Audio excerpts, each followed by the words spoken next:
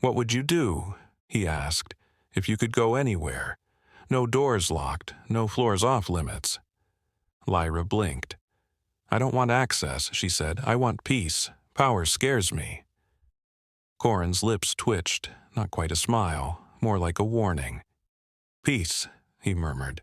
"That's rare." She thought he was a quiet man in a wheelchair, until a crisis revealed he was the CEO secretly testing her. But before we start the video, let us know where you're watching this video, and if you like this story, don't forget to subscribe, Story Storer, and please share your thoughts about this story in comment section. The lobby was in chaos. A fire alarm shrieked overhead, though there was no smoke, just confusion. Lights flashed red as panicked employees flooded the stairwells of Glasswell Tower. Security barked orders. Phones rang unanswered. Somewhere, someone screamed. Amid it all, Lyra Thompson gripped the handle of a sleek black wheelchair, her fingers trembling. Around her, bodies surged toward the exits like a tidal wave, but she didn't move. "Please," she pleaded to a passing guard, "he can't take the stairs." The man in the chair, calm as ever, looked up at her. There was no fear in his steel-gray eyes, only something unreadable. "Go," he said, voice low and strange. "You don't owe me anything." "I'm not leaving you," she snapped. "I don't care if I get fired. I don't care if this place burns down. I'm not leaving you." His name was Corin Vale, or at least that's what she thought. Just a temp, assigned to the help desk 2 weeks ago. Quiet, polite, mysterious. But as emergency sirens echoed off marble walls and the elevator remained locked down, Lyra didn't know she was clinging to the man who secretly owned the entire company. "Lyra!" someone shouted from the stairwell. "He's not worth it. He's no one." She didn't blink. She knelt beside him instead, heart racing. "If we don't get out, we don't get out together." Corin stared at her, and for the first time in years, something inside him cracked. Then a terrible groan echoed above. The ceiling creaked. A chandelier snapped loose. As screams erupted and metal rained down from the lobby ceiling, Corin whispered, more to himself than to her, "And this is how it all begins."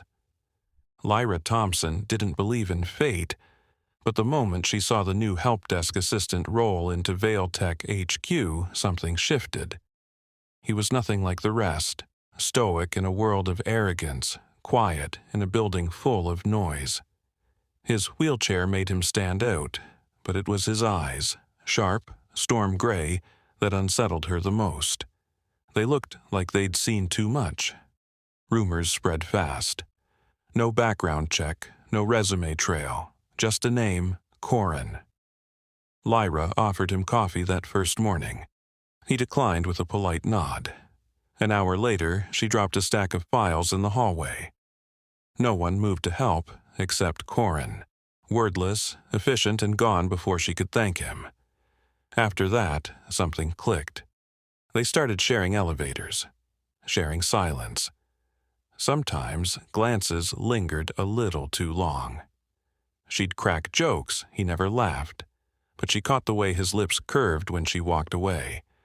What she didn't see were the stolen moments when Corin stared at the top floor with a calculating gaze, like he belonged there, because he did, and every move he made was leading them both to a truth that would change everything. 3 days into their quiet routine, Vale Tech's lobby exploded with noise. A furious vice president stormed past Lyra's desk, shouting, "Someone stole the executive key card." The secret elevator, the one no one but the top 5 were allowed to use, was locked down. Security combed through footage, but somehow the camera feed had glitched at the exact moment the card went missing. Lyra watched, puzzled, until she remembered something. Just 10 minutes earlier, Corin had been near that elevator, alone. He hadn't touched anything. Or had he? She said nothing. That afternoon, as the building simmered with paranoia, Corin approached her quietly.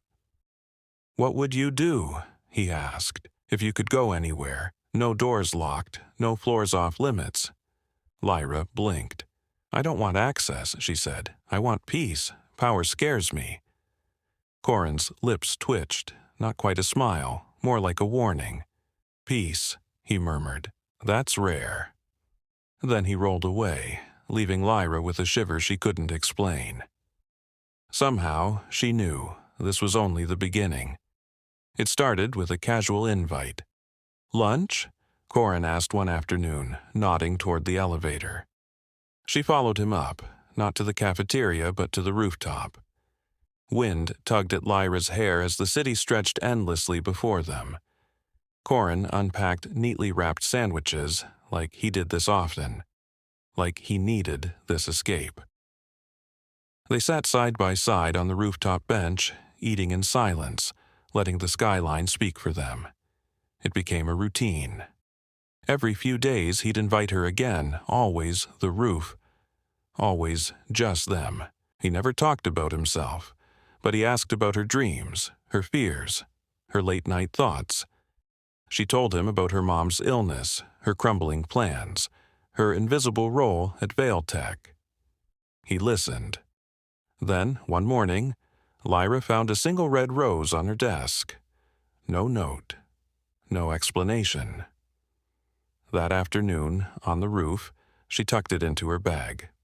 Corin said nothing, but his eyes lingered a little too long. She didn't know the rose came from the CEO's private garden, or that he'd broken his own rule just to see her smile. It was late. Too late to still be at the office, but Lyra couldn't leave. Her mind was full of the odd things she'd been noticing. Tiny, unsettling details about Corin. She passed the help desk, but something stopped her in her tracks. Corin's wheelchair sat empty. Her heart raced. He never left it, never. Curious and unsettled, Lyra moved toward the stairwell, her steps echoing in the silence. She crept up the service stairs, every sound amplified in the stillness of the building. The executive floor was quiet, too quiet. She peeked through the crack in the door to the boardroom. And there he was, standing. No chair in sight. Corin was talking into a phone, his voice low and sharp. His posture was different, confident, authoritative. Not the fragile, wheelchair-bound man she knew. Lyra's breath caught in her throat. He turned slowly, his gaze locking onto hers, sharp and calculating. For a long moment, neither moved. Finally, he spoke, his voice calm as ever. "Lyra, what are you doing here?" Her stomach churned. Every instinct told her to run, but something in his eyes told her she had just stepped into something far bigger than either of them. The next morning, Lyra was summoned to the HR office. Her heart pounded. The events of last night, the strange sight of Corin standing on the executive floor, had her on edge. She'd barely slept. Inside the sterile room, 3 executives stared her down. "You've been caught snooping around restricted floors," one of them sneered. "A violation of company policy. You'll be fired." Lyra swallowed. "I didn't. The footage doesn't lie," another executive interrupted. "We know what you saw." She opened her mouth, but no words came. She was trapped. And then the door swung open. Corin rolled in, as calm as ever, his wheelchair gliding across the polished floor. His presence cut through the tension like a knife. He met Lyra's gaze, silent, but with an intensity that sent a shiver down her spine. "She was with me," he said, voice flat but commanding. "I needed help reaching the archives. She was assisting me." The executives froze, exchanging uneasy glances. For a moment, the world stopped. No one moved. Corin's eyes never left Lyra's. They didn't question him. And just like that, she was free. But the price of his lie lingered. What had he really been protecting? Lyra never expected the sleek envelope that landed on her desk. Inside, a dinner invite. From Corin. The venue? Astris. A restaurant reserved for board members and billionaires. She almost didn't go, but curiosity won. When she arrived, Corin was already there, dressed in a sharp black suit, seated at a private table. His wheelchair was beside him, but something about him felt different. Stronger, sharper, like the mask was slipping. "You clean up well," she teased, trying to lighten the tension. He smiled faintly. "So do you." The night unfolded with fine wine, soft jazz, and deeper questions. She finally asked, "Why don't you ever talk about your past?" Corin paused, eyes distant.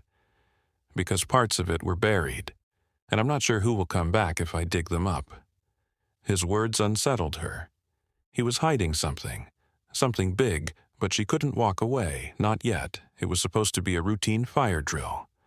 Alarms blared, employees filed out, and Lyra moved with the crowd, until she realized she'd left her bag in the records room. Dodging the stairwell rush, she took a quieter hallway and found herself on a floor she'd never seen before. No people, no signs, just sleek doors with digital locks. One door caught her eye, VALETECH, Private Legacy Vault. She stepped closer. A green light blinked as she brushed the handle, open. Her heart thudded. Curiosity won. Inside were shelves of old files, framed awards, childhood drawings, and photos. Photos of Corin, standing, smiling, alive and well before the world believed he vanished. Before she could process it, the door shut behind her. "Looking for answers?" a voice asked. She spun around. Corin stood there, no chair, no disguise. He looked tired, almost relieved. "I didn't want you to find it like this," he said softly. "But maybe it's time." He stepped forward, and Lyra's world tilted. "What is this place?" she whispered. He met her eyes. "It's where I buried the truth." Corin walked deeper into the vault, each step echoing off the sterile walls. Lyra followed, her heart hammering with every revelation, waiting in silence. He stopped in front of a wall of clippings. Articles, photos, handwritten notes. One headline screamed, "Tech prodigy Corin Vale presumed dead in car crash." She turned to him, stunned. "You faked your death?" "I disappeared," he corrected quietly. "After the crash, I realized I was surrounded by vultures, investors, executives, even friends. They didn't mourn, they moved in like sharks, so I vanished." Lyra stared at him, disbelief flooding her. "And the wheelchair, the temp job?" "A test," he said. "I needed to see who was loyal to the title, and who saw the man." He picked up a photo, himself with a woman who looked like his mother. Younger, smiling. "You passed the test," he said softly. Lyra felt her breath catch. "So, all of this, me, was just part of your experiment?" "No," Corin said, voice raw. "That's how it started, but you became the only part I didn't want to fake." Her anger simmered, but so did something else, something more dangerous. She was falling for the lie, and the man behind it. Lyra stormed out of the vault, heart pounding, eyes burning. The truth crashed over her like a wave. Every smile, every moment, every rooftop lunch had been part of a carefully constructed illusion. Corin followed her down the hallway, his footsteps echoing with urgency. "Lyra, wait!" She spun around, fury flashing. "Wait? For what? Another lie? Another test?" He froze. "You watched me open up to you," she hissed. "You let me care. And the whole time you were measuring me like some lab rat in a social experiment."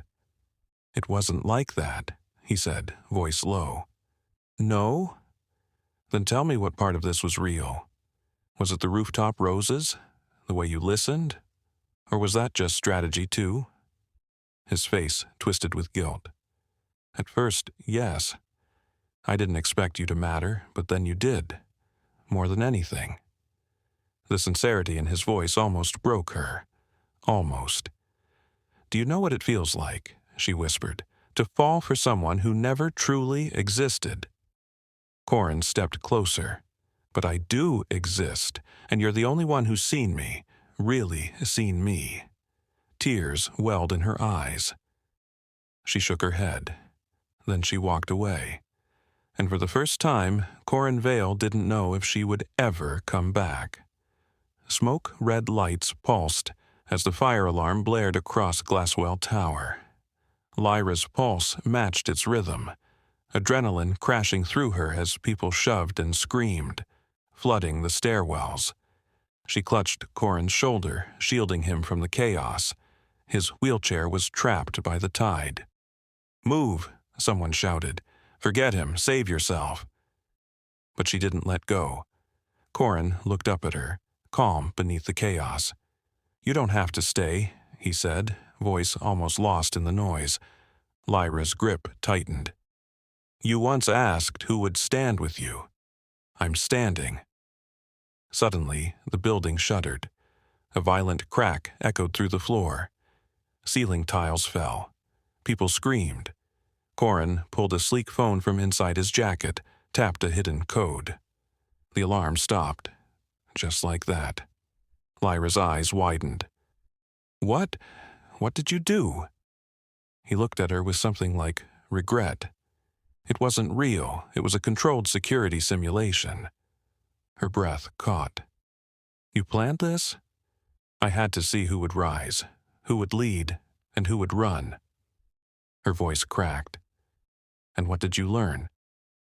He didn't blink. That I already had my answer, I just needed to believe it. Tears shimmered in her eyes. "You didn't need a test, Corin. You needed trust." And in that moment, she wasn't sure which of them had failed more. 1 month later, the world finally knew. Cameras flashed like fireworks as reporters packed the Valetech atrium. At the podium, Corin Vale rolled forward. No longer a mystery, no longer hiding. "The rumors are true," he began, his voice steady. "I've returned. Not just as CEO, but as a man who learned something more valuable than any tech breakthrough. The power of seeing people for who they really are." Beside him stood Lyra, radiant in a navy dress.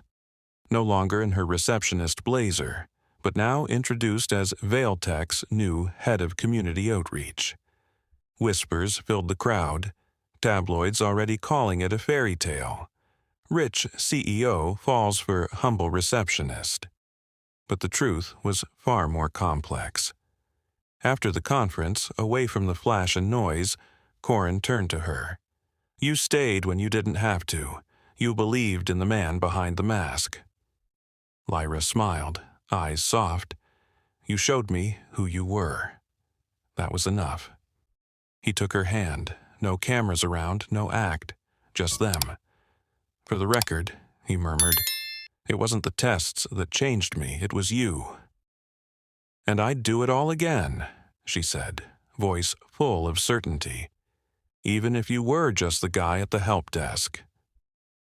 Their story didn't end with power. It began with love. And this time, everything was real.